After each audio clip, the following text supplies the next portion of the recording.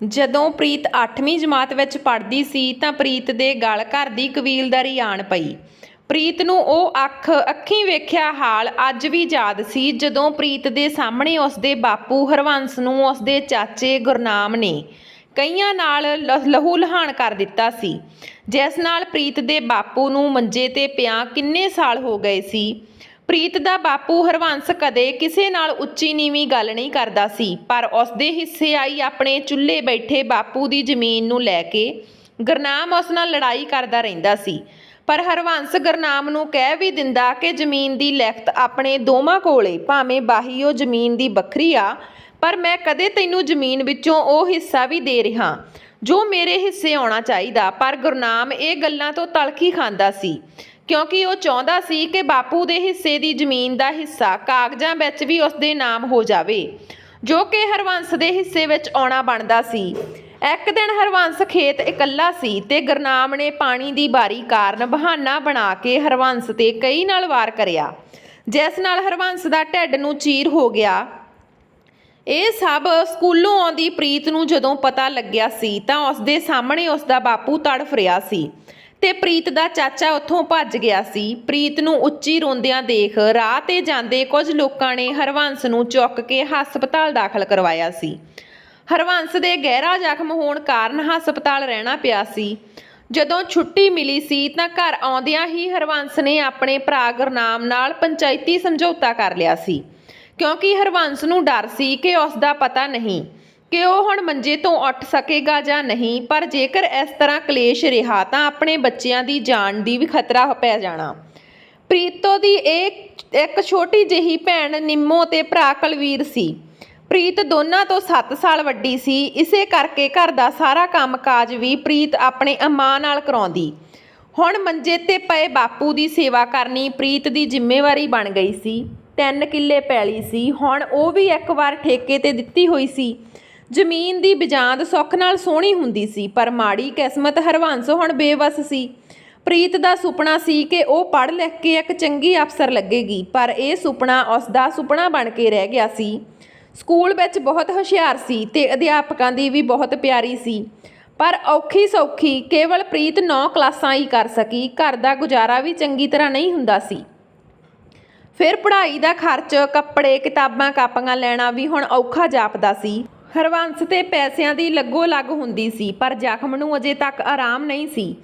ਪ੍ਰੀਤ ਦਾ ਸੁਪਨਾ ਹੁਣ ਪੂਰਾ ਨਾ ਹੋ ਸਕਿਆ, ਪਰ ਪ੍ਰੀਤ ਨੇ ਪੜ੍ਹਾਈ ਛੱਡ ਆਪਣੀ ਮੰਜ਼ਿਲ ਦਾ ਹੋਰ ਰਾਹ ਚੁਣ ਲਿਆ। ਇਸ ਵਾਰ ਪ੍ਰੀਤ ਨੇ ਖੁਦ ਜ਼ਮੀਨ ਦੀ ਵਾਹੀ ਸ਼ੁਰੂ ਕਰ ਦਿੱਤੀ। ਪ੍ਰੀਤ ਨੂੰ ਦੇਖ ਕੇ ਉਸਦੇ ਚਾਚੇ ਨੇ ਮੁਸ਼ਕਰੀਆਂ ਗੱਲਾਂ ਕਰਨੀਆਂ ਕਿ ਹੁਣ ਜਨਾਨੀਆਂ ਵਾਹੀ ਕਰਨਗੀਆਂ, ਪਰ ਪ੍ਰੀਤ ਬਲਦਾਂ ਨੂੰ ਲੈ ਕੇ ਸਵੇਰੇ ਮੂੰਹ ਹਨੇਰੇ ਖੇਤਾਂ ਵਿੱਚ ਹਲ ਚਲਾਉਂਦੀ ਫਸਲ ਦੀ ਬਿਜਾਈ ਸ਼ੁਰੂ ਕਰ ਦਿੱਤੀ ਸੀ। ਪ੍ਰੀਤ ਨੇ ਪੂਰੀ ਮਿਹਨਤ ਕਰਕੇ ਫਸਲ ਦੀ ਬਿਜਾਈ ਕਰ ਦਿੱਤੀ ਅਤੇ ਘਰ ਹੋਰ ਡੰਗਰ ਵਧਾ ਕੇ ਨਾਲ ਡੈਰੀ ਦਾ ਕੰਮ ਵੀ ਸ਼ੁਰੂ ਕਰ ਲਿਆ। ਹਰਬੰਸ ਵੀ ਪ੍ਰੀਤ ਨੂੰ ਇਸ ਤਰ੍ਹਾਂ ਕੰਮ ਕਰਦਿਆਂ ਬਹੁਤ ਖੁਸ਼ ਸੀ, ਪਰ ਅੰਦਰੋਂ ਹਰਬੰਸ ਦੇ ਧਾਹਾਂ ਨਿਕਲਦੀਆਂ ਸੀ, ਕਿਉਂਕਿ ਉਸ ਦੀ ਧੀ ਦੇ ਇਹ ਦਿਨ ਖੇਡਣ ਕੁੱਦਣ ਦੇ ਸਨ, ਨਾ ਕਿ ਘਰ ਦੀ ਇੰਨੀ ਵੱਡੀ ਜ਼ਿੰਮੇਵਾਰੀ ਚੁੱਕਣ ਦੇ। ਪਰ ਇੱਕ ਗੱਲ ਹਰਬੰਸ ਨੂੰ ਮਾਣ ਸੀ ਕਿ ਪੂਰੇ ਪਿੰਡ ਵਿੱਚ ਉਸ ਦੀ ਧੀ ਦੀ ਚਰਚਾ ਸੀ ਤੇ ਸਾਰਾ ਪਿੰਡ ਪ੍ਰੀਤ 'ਤੇ ਮਾਣ ਕਰਦਾ ਸੀ। ਪ੍ਰੀਤ ਨੇ ਆਪਣੇ ਦੋਵੇਂ ਛੋਟੇ ਭੈਣ ਭਰਾਵਾਂ ਨੂੰ ਬਹੁਤ ਪੜ੍ਹਾਉਣਾ ਦਾ ਸੁਪਨਾ ਦੇਖ ਲਿਆ ਸੀ, ਕਿਉਂਕਿ ਉਹ ਆਪਣੇ ਸੁਪਨਿਆਂ ਨੂੰ ਪੂਰਾ ਨਾ ਕਰ ਸਕੀ, ਪਰ ਉਹ ਆਪਣੇ ਭੈਣ ਭਰਾ ਨੂੰ ਉਹ ਬੁਲੰਦੀਆਂ 'ਤੇ ਪਹੁੰਚਾਏਗੀ ਜਿੱਥੇ ਕਿਸੇ ਨੇ ਸੋਚਿਆ ਵੀ ਨਾ ਹੋਵੇ। ਪ੍ਰੀਤ ਨੇ ਬਚਪਨ ਤੋਂ ਲੈ ਕੇ ਹੁਣ ਤੱਕ ਲੱਖਾਂ ਤਕਲੀਫਾਂ ਦਾ ਸਾਹਮਣਾ ਕਰਦੀ ਰਹੀ। ਪ੍ਰੀਤ ਨੇ ਸਵੇਰੇ ਉੱਠਣਾ ਤੇ ਪਾਠ ਕਰਨਾ, ਖੇਤ ਜਾਂਦਿਆਂ ਗੁਰੂ ਘਰ ਨਮਸਤਕ ਹੋ ਕੇ ਜਾਣਾ, ਇਹ ਉਸ ਦਾ ਰੋਜ਼ ਦਾ ਰੁਟੀਨ ਸੀ। ਹੁਣ ਪ੍ਰੀਤ ਦੀ ਪਹਿਲੀ ਫਸਲ ਪੱਕ ਚੁੱਕੀ ਸੀ ਤੇ ਪ੍ਰੀਤ ਨੂੰ ਉਮੀਦ ਸੀ ਕਿ ਇਸ ਵਾਰ ਫਸਲ ਦਾ ਝਾੜ ਚੰਗਾ ਹੋਵੇਗਾ, ਕਿਉਂਕਿ ਦਿਨ ਰਾਤ ਇੱਕ ਕਰਕੇ ਪ੍ਰੀਤ ਨੇ ਫਸਲ ਦੀ ਪੈਦਾਵਾਰ ਚੰਗੀ ਕਰ ਲਈ ਸੀ। ਬਚਤ ਹੋਈ ਫਸਲ ਵਿੱਚੋਂ ਹੀ ਉਸਨੇ 2 ਮੱਝਾਂ ਡੈਰੀ ਲਈ ਹੋਰ ਲੈ ਲਈਆਂ। ਪਰ ਪ੍ਰੀਤ ਦੀ ਇਸ ਤਰੱਕੀ ਨੂੰ ਦੇਖ ਕੇ ਉਸਦੇ ਚਾਚੇ ਤੋਂ ਫਿਰ ਨਾ ਜ਼ਰ ਹੋਇਆ, ਕਿਉਂਕਿ ਪ੍ਰੀਤ ਦੇ ਚਾਚੇ ਦੇ ਦੋਵੇਂ ਲੜਕੇ ਕੋਈ ਕੰਮ ਧੰਦਾ ਨਹੀਂ ਕਰਦੇ ਸੀ ਤੇ ਨਾ ਹੀ ਆਪਣੇ ਪਿਓ ਦੇ ਕਹਿਣੇ ਵਿੱਚ ਸੀ। ਗੁਰਨਾਮ ਤੋਂ ਫਿਰ ਹਰਬੰਸ ਦੀ ਧੀ ਦੀ ਪਿੰਡ ਵਿੱਚ ਹੁੰਦੀ ਤਰੱਕੀ ਜ਼ਰ ਨਾ ਹੋਈ। ਗੁਰਨਾਮ ਨੇ ਪ੍ਰੀਤ ਦੇ ਵੱਧਦੇ ਹੋਏ ਕਾਰੋਬਾਰ ਨੂੰ ਉਜਾੜਨ ਲਈ ਉਸ ਨਾਲ ਨੇੜਤਾ ਵਧਾ ਲਈ। ਹਰਬੰਸ ਨੂੰ ਵੀ ਲੱਗਿਆ ਗੁਰਨਾਮ ਨੂੰ ਆਪਣੀ ਗਲਤੀ ਦਾ ਅਹਿਸਾਸ ਹੋ ਗਿਆ, ਪਰ ਹਰਬੰਸ ਨੂੰ ਇਹ ਨਹੀਂ ਪਤਾ ਸੀ ਕਿ ਉਹ ਫਿਰ ਤੋਂ ਉਸਦੇ ਘਰ ਨੂੰ ਉਜਾੜਨ ਲਈ ਨੇੜਤਾ ਵਧਾ ਰਿਹਾ। ਗੁਰਨਾਮ ਨੇ ਪ੍ਰੀਤ ਦੀ ਡੈਰੀ 'ਤੇ ਦੁੱਧ ਪਾਉਣਾ ਸ਼ੁਰੂ ਕਰ ਦਿੱਤਾ ਸੀ। ਕੁਝ ਮਹੀਨਿਆਂ ਤੱਕ ਗੁਰਨਾਮ ਡੈਰੀ ਤੇ ਦੁੱਧ ਪਾਉਂਦਾ ਰਿਹਾ, ਪਰ ਇੱਕ ਦਿਨ ਆਪਣੀ ਚਾਲ ਚੱਲਣ ਲਈ ਉਹ ਕਾਮਯਾਬ ਹੋ ਗਿਆ। ਉਸਨੇ ਦੁੱਧ ਵਿੱਚ ਮਿਲਾਵਟ ਕਰਕੇ ਜ਼ਿਲ੍ਹੇ ਦੇ CMO ਨੂੰ ਕੰਪਲੇਂਟ ਕਰ ਦਿੱਤੀ। ਜਿਵੇਂ ਹੀ ਸਿਹਤ ਵਿਭਾਗ ਦੇ ਅਧਿਕਾਰੀਆਂ ਨੇ ਪ੍ਰੀਤ ਦੀ ਡੈਰੀ ਤੋਂ ਦੁੱਧ ਦੇ ਸੈਂਪਲ ਕਰਕੇ ਚੰਡੀਗੜ੍ਹ ਲੈਬ ਵਿੱਚ ਭੇਜ ਦਿੱਤੇ, ਕੁਝ ਦਿਨਾਂ ਬਾਅਦ ਜਦੋਂ ਦੁੱਧ ਦੇ ਸੈਂਪਲ ਦੀ ਰਿਪੋਰਟ ਫੇਲ ਆ ਗਈ ਤਾਂ ਪੁਲਿਸ ਨੇ ਪ੍ਰੀਤ ਨੂੰ ਗ੍ਰਿਫਤਾਰ ਕਰਕੇ ਉਸ 'ਤੇ ਝੂਠਾ ਕੇਸ ਪਾ ਦਿੱਤਾ। ਇਹ ਸਭ ਗੁਰਨਾਮ ਨੇ ਆਪਣੇ ਹਿੱਤ ਲਈ ਕੀਤਾ। ਗੁਰਨਾਮ ਉੱਪਰੋਂ ਹਰਬੰਸ ਨੂੰ ਦਿਲਾਸਾ ਦਿੰਦਾ ਕਿ ਉਹ ਉਸ ਦੇ ਪਰਿਵਾਰ ਨਾਲ ਹੈ, ਪਰ ਅੰਦਰੋਂ ਆਪਣੀ ਚਾਲ ਸਫਲ ਹੋਣ 'ਤੇ ਬਹੁਤ ਖੁਸ਼ ਸੀ। ਹਰਬੰਸ ਮੰਜੇ 'ਤੇ ਪਿਆ ਬਿਲਕ ਰਿਹਾ ਸੀ। ਗੁਰਨਾਮ ਨੇ ਹਰਬੰਸ ਨੂੰ ਦਿਲਾਸਾ ਦਿੱਤਾ ਕਿ ਉਹ ਥਾਣੇ ਵਿੱਚ ਗੱਲ ਕਰ ਲਵੇ ਤੇ ਆਪਾਂ ਪ੍ਰੀਤ ਨੂੰ ਇਹ ਕੇਸ 'ਚੋਂ ਬਾਹਰ ਕਢਵਾ ਲਵਾਂਗੇ। ਜਿਵੇਂ ਹੀ ਗੁਰਨਾਮ ਨੂੰ ਹਰਬੰਸ ਨੇ ਹਾਮੀ ਭਰੀ, ਉਹ ਉਸੇ ਵੇਲੇ ਥਾਣੇ ਵਿੱਚ ਗਿਆ ਤੇ ਥਾਣੇਦਾਰ ਨੂੰ ਪਹਿਲਾਂ ਹੀ ਇਹ ਕੇਸ ਸੰਬੰਧੀ ਗੁਰਨਾਮ ਨੇ ਸਾਰਾ ਕੁਝ ਦੱਸਿਆ ਹੋਇਆ ਸੀ। ਗੁਰਨਾਮ ਨੇ ਰਿਸ਼ਵਤ ਵਜੋਂ ਹਰਬੰਸ ਨੂੰ ਕਿਹਾ ਕਿ ਇਹ ਕੇਸ ਦਾ ਜੁਰਮ ਕਤਲ ਦੇ ਬਰਾਬਰ ਮੰਨਿਆ ਜਾਂਦਾ ਹੈ ਤੇ ਹੁਣ ਉੱਤੋਂ ਤੱਕ ਗੱਲ ਪਹੁੰਚਣ ਕਰਕੇ ਪੈਸਿਆਂ ਦਾ ਹੱਲ ਕਰਨਾ ਪੈਣਾ। ਗੁਰਨਾਮ ਨੇ ਬਿਨਾਂ ਸੋਚ ਵਿਚਾਰੇ ਗੁਰਨਾਮ ਨੂੰ ਕਿਹਾ ਹਰਬੰਸ ਨੇ ਬਿਨਾਂ ਸੋਚ ਵਿਚਾਰੇ ਗੁਰਨਾਮ ਨੂੰ ਕਿਹਾ ਕਿ ਉਹ ਕਿਸੇ ਵੀ ਹਾਲ ਉਸ ਦੀ ਧੀ ਨੂੰ ਇਹ ਕੇਸ ਵਿੱਚੋਂ ਕਢਵਾ ਦੇਵੇ। ਗੁਰਨਾਮ ਨੇ ਜਦੋਂ ਗੱਲ ਕੀਤੀ ਤਾਂ 20 ਲੱਖ ਰੁਪਏ ਮੰਗਣ ਦਾ ਕਿਹਾ। ਇਹ ਸੁਣ ਕੇ ਹਰਬੰਸ ਕਹਿਣ ਲੱਗਾ ਕਿ ਇੰਨੇ ਪੈਸੇ ਤਾਂ ਸਾਰੀ ਉਮਰ ਵਿੱਚ ਨਹੀਂ ਕਮਾਏ, ਹੁਣ ਇੰਨੇ ਪੈਸੇ ਮੈਂ ਕਿੱਥੋਂ ਲਿਆਵਾਂ। ਆਖਰ ਆਪਣੀ ਜ਼ਮੀਨ ਨੂੰ ਗਹਿਣੇ ਰੱਖ ਉਸਨੇ 20 ਲੱਖ ਗੁਰਨਾਮ ਨੂੰ ਦੇ ਦਿੱਤੇ। ਗੁਰਨਾਮ ਨੇ ਥਾਣੇਦਾਰ ਅਤੇ ਵਕੀਲ ਨੂੰ ਪੈਸੇ ਦਿੱਤੇ ਤੇ ਕੁਝ ਪੈਸੇ ਆਪ ਵੀ ਰੱਖ ਗਿਆ। ਹੁਣ ਪ੍ਰੀਤ ਬੇਕਸੂਰ ਹੁੰਦਿਆਂ ਹੋਇਆਂ ਵੀ ਕਸੂਰਵਾਰ ਸਾਬਤ ਹੋਈ, ਕਿਉਂਕਿ ਉਹ ਦੁੱਧ ਦੇ ਸੈਂਪਲ ਫੇਲ ਹੋਣ ਕਾਰਨ ਉਸ ਦਾ ਕੰਮ ਵੀ ਜਮਾਂ ਬੰਦ ਹੋ ਗਿਆ ਸੀ ਤੇ ਉਸਨੇ ਬਹੁਤ ਲੋਕਾਂ ਨੂੰ ਸਮਝਾਉਣ ਦੀ ਕੋਸ਼ਿਸ਼ ਕੀਤੀ, ਪਰ ਉਹ ਕਾਮਯਾਬ ਨਾ ਹੋ ਸਕੀ। ਹੁਣ ਪ੍ਰੀਤ ਟੁੱਟ ਚੁੱਕੀ ਸੀ, ਪਰ ਉਸਨੇ ਹਿੰਮਤ ਨਾ ਹਾਰੀ ਤੇ ਫਿਰ ਰਹਿੰਦੀ ਜ਼ਮੀਨ ਨੂੰ ਵਾਹੁਣ ਲੱਗ ਪਈ। ਹੁਣ ਪਿੰਡ ਵਿੱਚ ਦੁੱਧ ਦੀ ਲਾਗਤ ਨਾ ਹੋਣ ਕਰਕੇ ਉਹ ਸ਼ਹਿਰ ਵਿੱਚ ਦੁੱਧ ਪਾਉਣ ਲੱਗ ਪਈ। ਪ੍ਰੀਤ ਦੇ ਇਸ ਤਜਰਬੇ ਨੇ ਉਸ ਨੂੰ ਹੋਰ ਅੱਗੇ ਕਰ ਦਿੱਤਾ ਸੀ। ਉਸਨੇ ਆਪਣੇ ਛੋਟੇ ਭੈਣ ਭਰਾ ਦੀ ਪੜ੍ਹਾਈ ਨੂੰ ਕਦੇ ਵੀ ਰੁਕਣ ਨਹੀਂ ਦਿੱਤਾ ਸੀ। ਪੜ੍ਹਦਿਆਂ ਹੁਣ ਨਾਲ ਉਹ ਦੋਵੇਂ ਭੈਣ ਭਰਾ ਵੀ ਉਸ ਨਾਲ ਵਿਹਲੇ ਸਮੇਂ ਕੰਮ ਵਿੱਚ ਹੱਥ ਵਡਾਉਂਦੇ। ਹੌਲੀ ਪ੍ਰੀਤ ਨੇ ਸ਼ਹਿਰ ਵਿੱਚ ਆਪਣੀ ਦੁੱਧ ਦੀ ਡਾਇਰੀ ਕਰ ਲਈ, ਜਿਸ ਨਾਲ ਉਹ ਹੋਰ ਕਾਮਯਾਬ ਹੋਣ ਲੱਗੀ। ਪ੍ਰੀਤ ਦੀ ਉਮਰ ਵੀ ਹੁਣ ਵੱਧਦੀ ਜਾਂਦੀ ਸੀ ਤੇ ਉਸਦੇ ਦੋਨੋਂ ਭੈਣ ਭਰਾ ਹੁਣ ਕਾਲਜ ਵਿੱਚ ਪੜ੍ਹਨ ਲੱਗ ਪਏ। ਪ੍ਰੀਤ ਦੀ ਭੈਣ BA ਵਿੱਚ ਸੀ ਤੇ ਭਰਾ BSc ਕਰਨ ਲੱਗ ਪਿਆ। ਹੁਣ ਉਹ ਦਿਨ ਵਿੱਚ ਵਾਪਸ ਆਉਣ ਲੱਗੇ ਤੇ ਪ੍ਰੀਤ ਨੂੰ ਆਪਣੀ ਫਿਕਰ ਨਹੀਂ ਸੀ ਤੇ ਉਹ ਸਾਰਾ ਦਿਨ ਪਹਿਲਾਂ ਘਰ ਕੰਮ ਕਰਦੀ ਸੀ ਤੇ ਫਿਰ ਸ਼ਹਿਰ ਡੈਰੀ ਦਾ ਕੰਮ ਸੰਭਾਲਦੀ ਸੀ। ਬਾਹੀ ਦਾ ਕੰਮ ਨਾਲ ਖੁਦ ਕਰਨਾ ਤੇ ਬਲਦਾਂ ਨਾਲ ਪੈਲੀ ਨੂੰ ਵਾਹੁਣਾ ਉਸਦੀ ਹਿੰਮਤ ਦੀ ਦਾਤ ਬਣਦੀ ਸੀ। ਕੋਈ ਔਰਤ ਇੰਨੀ ਸਰੀਰਕ ਪੱਖੋਂ ਤਕੜੀ ਤੇ ਮਰਦ ਦੇ ਬਰਾਬਰ ਕੰਮ ਕਰਨ ਵਾਲੀ ਹੋਵੇਗੀ, ਇਹ ਕਦੇ ਸੋਚਿਆ ਨਹੀਂ ਸੀ। ਪਰ ਪ੍ਰੀਤ ਇੱਕ ਮਿਸਾਲ ਸੀ ਹੋਰ ਔਰਤਾਂ ਲਈ, ਜੋ ਆਪਣੇ ਆਪ ਨੂੰ ਕੇਵਲ ਔਰਤਾਂ ਹੋਣ 'ਤੇ ਸ਼ਰਮਿੰਦਾ ਮਹਿਸੂਸ ਕਰਦੀਆਂ ਸਨ ਤੇ ਮਰਦਾਂ ਦੀ ਜੁੱਤੀ ਸਮਝਦੀਆਂ ਸਨ। ਪ੍ਰੀਤ ਦੀ ਵੱਧਦੀ ਉਮਰ ਨੂੰ ਲੈ ਕੇ ਹਰਬੰਸ ਤੇ ਉਸਦੀ ਪਤਨੀ ਫਿਕਰ ਕਰਦੇ, ਪਰ ਪ੍ਰੀਤ ਨੇ ਕਿਹਾ ਕਿ ਉਹ ਆਪਣੇ ਦੋਵਾਂ ਭੈਣ ਭਰਾਵਾਂ ਨੂੰ ਉਹਨਾਂ ਦੀ ਮੰਜ਼ਿਲ ਤੱਕ ਲੈ ਕੇ ਜਾਵੇਗੀ, ਭਾਵੇਂ ਉਸ ਨੂੰ ਆਪਣੀ ਹਰ ਖੁਸ਼ੀ ਕਿਉਂ ਨਾ ਕੁਰਬਾਨ ਕਰਨੀ ਪਵੇ। ਹਰਬੰਸ ਕਹਿ ਦਿੰਦਾ ਕਿ ਧੀਆਂ ਪਰਾਇਆ ਧਨ ਹੁੰਦੀਆਂ ਨੇ, ਮਾਪੇ ਚਾਹ ਕੇ ਵੀ ਨਹੀਂ ਰੱਖ ਸਕਦੇ, ਪਰ ਪ੍ਰੀਤ ਨੂੰ ਕਿਸੇ ਵੀ ਕੋਈ ਗੱਲ ਦਾ ਅਸਰ ਹੀ ਨਾ ਹੁੰਦਾ। ਮਿੱਟੀ ਨਾਲ ਮਿੱਟੀ ਹੋ ਕੇ ਪ੍ਰੀਤ ਨੇ ਆਪਣੀ ਜ਼ਮੀਨ ਵੀ ਗਹਿਣੇ ਪਈ ਛਡਵਾ ਲਈ ਸੀ। ਹਰਬੰਸ ਨੂੰ ਰਿਸ਼ਤੇਦਾਰ ਵੀ ਪ੍ਰੀਤ ਦੇ ਵਿਆਹ ਨੂੰ ਕਹਿਣ ਲੱਗੇ, ਪਰ ਪ੍ਰੀਤ ਨੇ ਉਹਨਾਂ ਨੂੰ ਵੀ ਮਨਾ ਕਰ ਦਿੱਤਾ, ਕਿਉਂਕਿ ਸਾਰਾ ਘਰ ਉਸਦੇ ਸਿਰ 'ਤੇ ਸੀ। ਰੋਜ਼ਾਨਾ ਦੀ ਤਰ੍ਹਾਂ ਸੁਖਦੇਵ ਪ੍ਰੀਤ ਦੀ ਡਾਇਰੀ 'ਤੇ ਦੁੱਧ ਲੈਣ ਆਇਆ ਤਾਂ ਪ੍ਰੀਤ ਨੂੰ ਉਦਾਸ ਦੇਖ ਸੁਖਦੇਵ ਨੇ ਉਸ ਨੂੰ ਉਦਾਸ ਹੋਣ ਦਾ ਕਾਰਨ ਪੁੱਛਿਆ। ਪ੍ਰੀਤ ਨੇ ਆਪਣੀ ਸਾਰੀ ਕਹਾਣੀ ਸੁਖਦੇਵ ਨੂੰ ਦੱਸੀ ਤਾਂ ਉਸਨੇ ਕਿਹਾ ਕਿ ਉਹ ਇੱਕ ਵਾਰ ਇਸ ਗੱਲ ਨੂੰ ਉਦਾਸੀ ਦੇ ਤੌਰ 'ਤੇ ਨਾ ਲਵੇ ਤੇ ਸਹੀ ਸਮੇਂ ਦੀ ਉਡੀਕ ਕਰੇ। ਜੋ ਕੁਝ ਜ਼ਿੰਦਗੀ ਵਿੱਚ ਹੋਣਾ ਉਸ ਨੂੰ ਕਬੂਲ ਕਰ ਲਵੇ। ਪਰ ਪ੍ਰੀਤ ਇਹ ਸਭ ਕੁਝ ਪਹਿਲਾਂ ਹੀ ਤਿਆਗ ਚੁੱਕੀ ਸੀ ਤੇ ਆਪਣਾ ਫੈਸਲਾ ਅਟੱਲ ਕਰ ਲਿਆ ਸੀ। ਸੁਖਦੇਵ ਨਾਲ ਜਿਸ ਦਿਨ ਦੀ ਪ੍ਰੀਤ ਨੇ ਗੱਲ ਕੀਤੀ ਸੀ ਤਾਂ ਸੁਖਦੇਵ ਨੂੰ ਲੱਗਿਆ ਕਿ ਉਹ ਉਸਦੇ ਬਹੁਤ ਕਾਬਲ ਹੈ ਤੇ ਮਨ ਵਿੱਚ ਪ੍ਰੀਤ ਬਾਰੇ ਕਿੰਨਾ ਸੋਚਦਾ ਰਿਹਾ।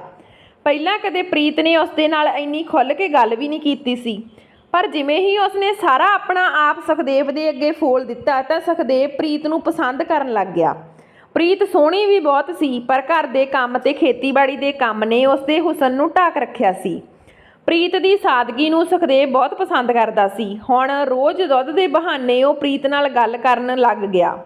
ਪ੍ਰੀਤ ਵੀ ਉਸ ਨਾਲ ਹਰ ਦੁੱਖ ਸੁੱਖ ਸਾਂਝਾ ਕਰਨ ਲੱਗੀ। ਪ੍ਰੀਤ ਵੀ ਸੁਖਦੇਵ ਨੂੰ ਪਸੰਦ ਤਾਂ ਕਰਦੀ ਸੀ, ਪਰ ਉਸਦੇ ਸਿਰ ਪਈ ਇੰਨੀ ਵੱਡੀ ਜ਼ਿੰਮੇਵਾਰੀ ਨੂੰ ਉਹ ਖੁਦ ਇਕੱਲੀ ਸਾਂਭਣ ਦੀ ਸਮਰੱਥ ਸਮਝਦੀ ਸੀ। ਪਸੰਦ ਕਰਨਾ, ਪਰ ਆਪਣੀਆਂ ਦਿਲ ਦੀ ਚੋਂ ਉੱਠਦੀਆਂ ਉਮੰਗਾਂ ਨੂੰ ਉਹ ਆਪਣੀ ਜ਼ਿੰਦਗੀ 'ਤੇ ਬੋਝ ਥੱਲੇ ਦੱਬ ਦਿੰਦੀ ਸੀ।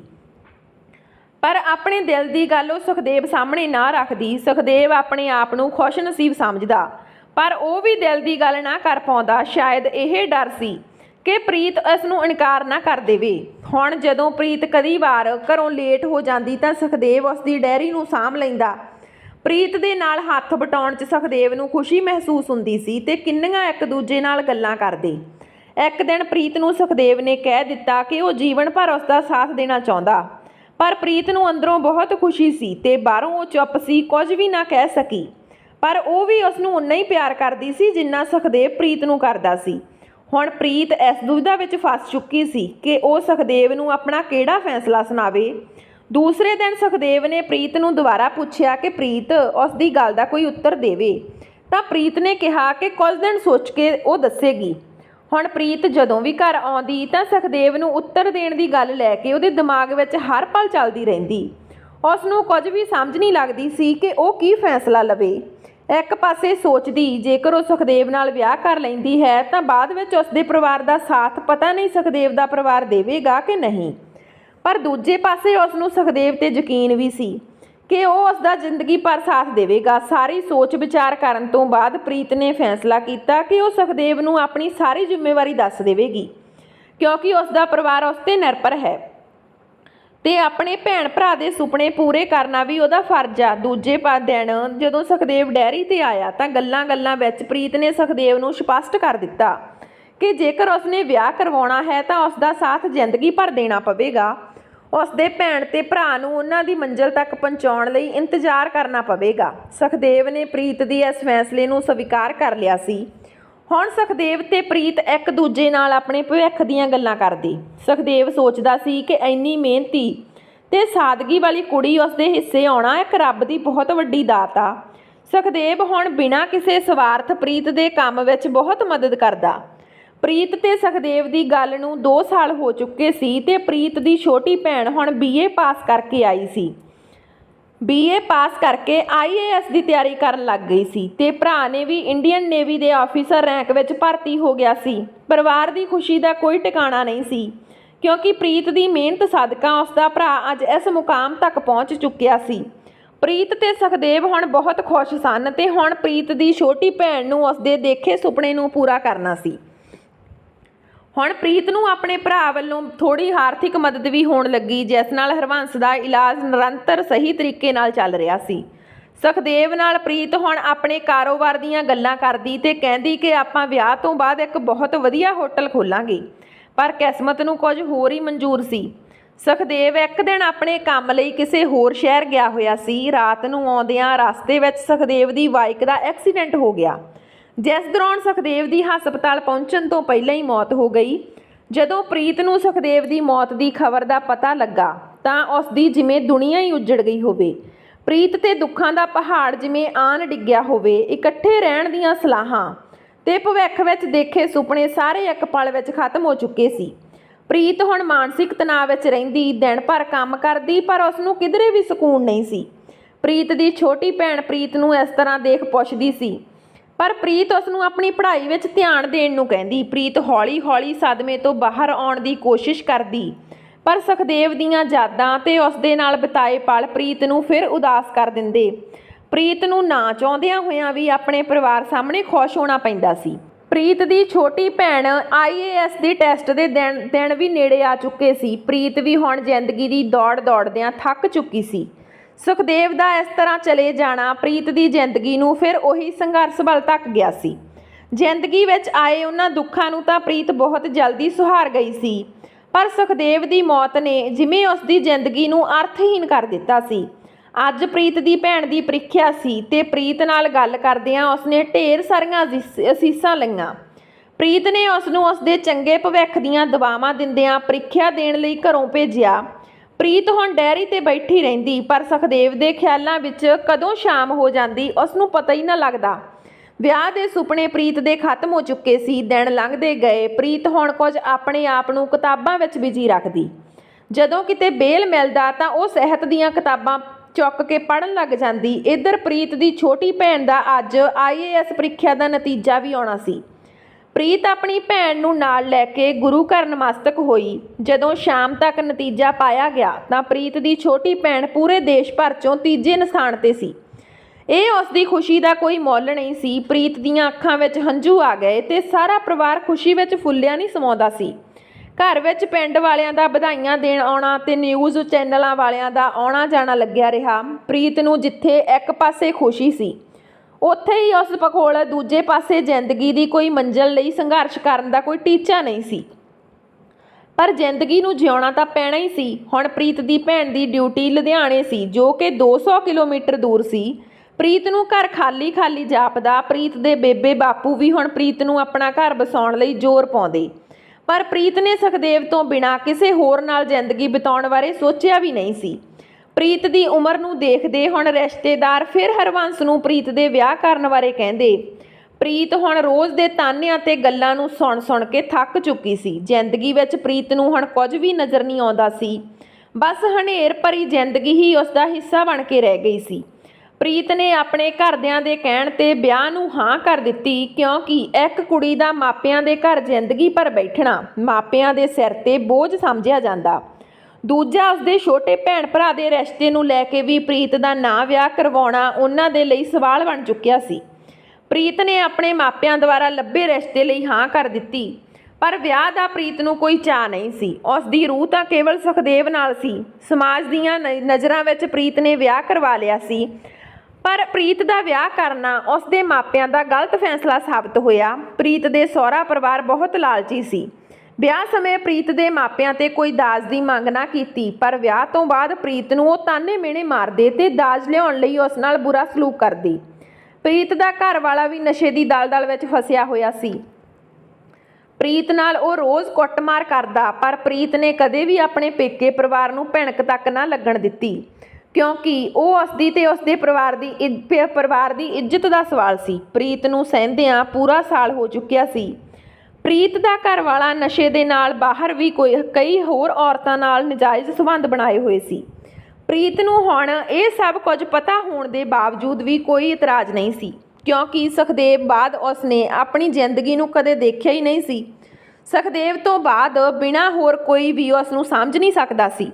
ਬਸ ਹੁਣ ਤਾਂ ਕੇਵਲ ਆਪਣੀ ਜ਼ਿੰਦਗੀ ਦੇ ਉਹ ਦਿਨ ਲੰਘਾ ਰਹੀ ਸੀ, ਪਰ ਇੱਕ ਦਿਨ ਤਾਂ ਤਸੀਹੇ ਸਹਿੰਦਿਆਂ ਆਖਰ ਪ੍ਰੀਤ ਨੂੰ ਘਰੋਂ ਕੱਢ ਦਿੱਤਾ। ਹੁਣ ਹੋਰ ਕੋਈ ਟਿਕਾਣਾ ਨਾ ਹੋਣ ਕਾਰਨ ਪ੍ਰੀਤ ਨੇ ਇੱਕ ਵਾਰ ਘਰ ਸਾਰਾ ਕੁਝ ਦੱਸਣ ਦਾ ਸੋਚਿਆ। ਪ੍ਰੀਤ ਦੀ ਹਾਲਤ ਦੇਖ ਕੇ ਉਸ ਦੀ ਮਾਂ ਦੀਆਂ ਅੱਖਾਂ ਵਿੱਚ ਹੰਝੂ ਵਹਿ ਤੁਰੇ। ਹਰਬੰਸ ਨਾ ਦੁੱਖ ਸਹਾਰਦੇ ਹੋਏ ਇਸ ਦੁਨੀਆ ਨੂੰ ਅਲਵਿਦਾ ਕਹਿ ਗਿਆ। ਪ੍ਰੀਤ ਦੀ ਭੈਣ ਨੇ ਉਸ ਦੇ ਸਹੁਰੇ ਪਰਿਵਾਰ ਨੂੰ ਕਾਨੂੰਨੀ ਸਜ਼ਾ ਦਿਵਾਈ, ਪਰ ਪ੍ਰੀਤ ਦੀ ਜ਼ਿੰਦਗੀ ਤਾਂ ਹੁਣ ਉੱਜੜ ਚੁੱਕੀ ਸੀ। ਪ੍ਰੀਤ ਨੂੰ ਘਰ ਵਿੱਚ ਬੈਠਣਾ ਚੰਗਾ ਨਹੀਂ ਸੀ ਲੱਗਦਾ ਤੇ ਸਾਰਾ ਦਿਨ ਸੋਚਦੇ ਰਹਿਣਾ, ਬੀਤੇ ਵੇਲੇ ਨੂੰ ਯਾਦ ਕਰ ਉਦਾਸ ਹੋ ਜਾਣਾ। ਫਿਰ ਪ੍ਰੀਤ ਨੇ ਆਪਣੇ ਭੈਣ ਤੇ ਭਰਾ ਨਾਲ ਸਲਾਹ ਕਰਕੇ ਬਿਰਧ ਆਸ਼ਰਮ ਖੋਲ੍ਹਿਆ, ਜਿੱਥੇ ਉਸ ਦਾ ਦਿਲ ਬਜ਼ੁਰਗਾਂ ਦੀ ਸੇਵਾ ਕਰਨ ਵਿੱਚ ਲੱਗ ਗਿਆ। ਹੁਣ ਪ੍ਰੀਤ ਨੂੰ ਜ਼ਿੰਦਗੀ ਦਾ ਇੱਕ ਆਧਾਰ ਮਿਲ ਗਿਆ ਸੀ। ਦੂਜਿਆਂ ਦੀ ਜ਼ਿੰਦਗੀ ਨੂੰ ਖੁਸ਼ਹਾਲ ਬਣਾਉਣ ਲਈ ਪ੍ਰੀਤ ਨੇ ਅਣਥੱਕ ਮਿਹਨਤ ਕਰੀ।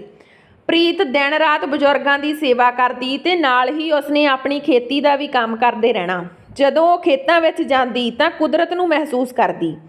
ਅੱਜ ਮਹਿਲਾ ਦਿਵਸ ਦਾ ਸ਼ਹਿਰ ਵਿੱਚ ਬਹੁਤ ਵੱਡਾ ਪ੍ਰੋਗਰਾਮ ਰੱਖਿਆ ਹੋਇਆ ਸੀ, ਜਿਸ ਵਿੱਚ ਅਜਿਹੀਆਂ ਔਰਤਾਂ ਜਿਨ੍ਹਾਂ ਨੇ ਆਪਣੀ ਜ਼ਿੰਦਗੀ ਵਿੱਚ ਬਹੁਤ ਸੰਘਰਸ਼ ਕੀਤਾ ਤੇ ਜ਼ਿੰਦਗੀ ਨੂੰ ਨਿਡਰ ਹੋ ਕੇ ਜਿਉਣਾ ਸਿੱਖਿਆ ਸੀ, ਉਹਨਾਂ ਨੂੰ ਸਨਮਾਨਿਤ ਕਰਨਾ ਸੀ। ਉਹਨਾਂ ਔਰਤਾਂ ਵਿੱਚ ਸਭ ਤੋਂ ਪਹਿਲਾ ਨਾਮ ਪ੍ਰੀਤ ਦਾ ਸੀ।